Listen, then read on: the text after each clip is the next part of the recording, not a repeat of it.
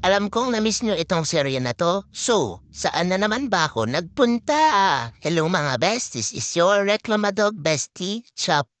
September 28 ay birthday nga ni daddy ko at napagpasya naming mag-celebrate lang ng simple dito sa MOA. Sa mga nakakakilala nga ng costume ko, alam niya na itong mga best ako na bahala kay Muzan. Uy, gusto mo yun? Medyo madilim na nga nung nakarating kami dito mga best kasi grabe nga yung traffic. As expected ay napakadaming tao dito mga best kasi nga weekend. Para kay daddy ko ay happy birthday daddy at mabuhay ka hanggang gusto mo. Huy, at pag sinabi niyang simple mga bes, simple lang dahil naglalakad-lakad lang talaga kami dito sa may seaside. Kumain lang din kami dito at taabutan pa nga ng fireworks. Todohag nga sila sa akin dyan mga bes dahil sa personal ay malakas nga yung ingay niyan. At bilang part 3 ng ating Q&A, dito namin sasagutin kung bakit kami nag-start mag-vlog. Noong 2023 mga bes ay magti 2 years old na ako noon. At sa maniwala kahit sa hindi, mula noong 2021 na nakuha ako nila mami ko, lagi nila akong pinipicturan at binibidyohan. Hanggang sa dumating na yung punto na hindi na talaga kaya ng phone storage ni mami ko at ni daddy ko. Nakaisip na yun sila ng bright idea na gawan ako ng page at profile sa Facebook at sa TikTok. Ang nasa isip kasi nila nung mga oras na yun mga bes hanggat may internet ay hindi mawawala ang ating mga pictures at videos. Ito na nga mga bes. Nung una ay raw video at pictures lang yung ina-upload nila. Tapos isang araw ay napagtripan lang na i-voice over nga yung mga videos ko. Tapos tawang-tawa sila mga bes. At sa mga oras na yun ay kami-kami lang talaga yung nanonood. Pero ayos lang nga kasi nga tuwang-tuwa nga kami sa kinalabasan. Hanggang sa may mga nag-viral na nga ako na videos. Tapos may mga nagko-comment na din na pagod daw sila sa work pero nagiging happy nga daw sila dahil sa mga videos ko.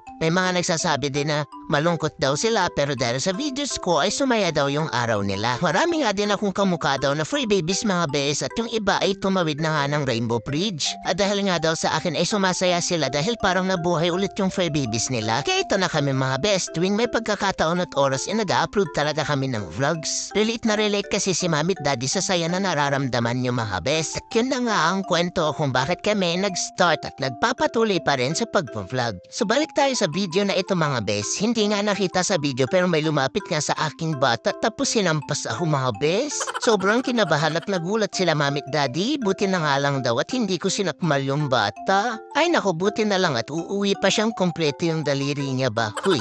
And boogs, nakauwi na kami mga bes at kakantahan na nga namin ng happy birthday si daddy ko. Medyo nabalas pa nga ako niyan mga bes. Alam niyo ba kung bakit? Chocolate yung cake tapos pinagkakanta pa ako happy birthday the audacity. Huy, buti na lang talaga at pinag-shopping nila ako sa Pet Express kanina. Siyempre, ang wish nga daw ni daddy ko ay humaba pa yung buhay ko mga bes. And that's it for my kwento mga bes. Ingat kayo lagi and spread positivity.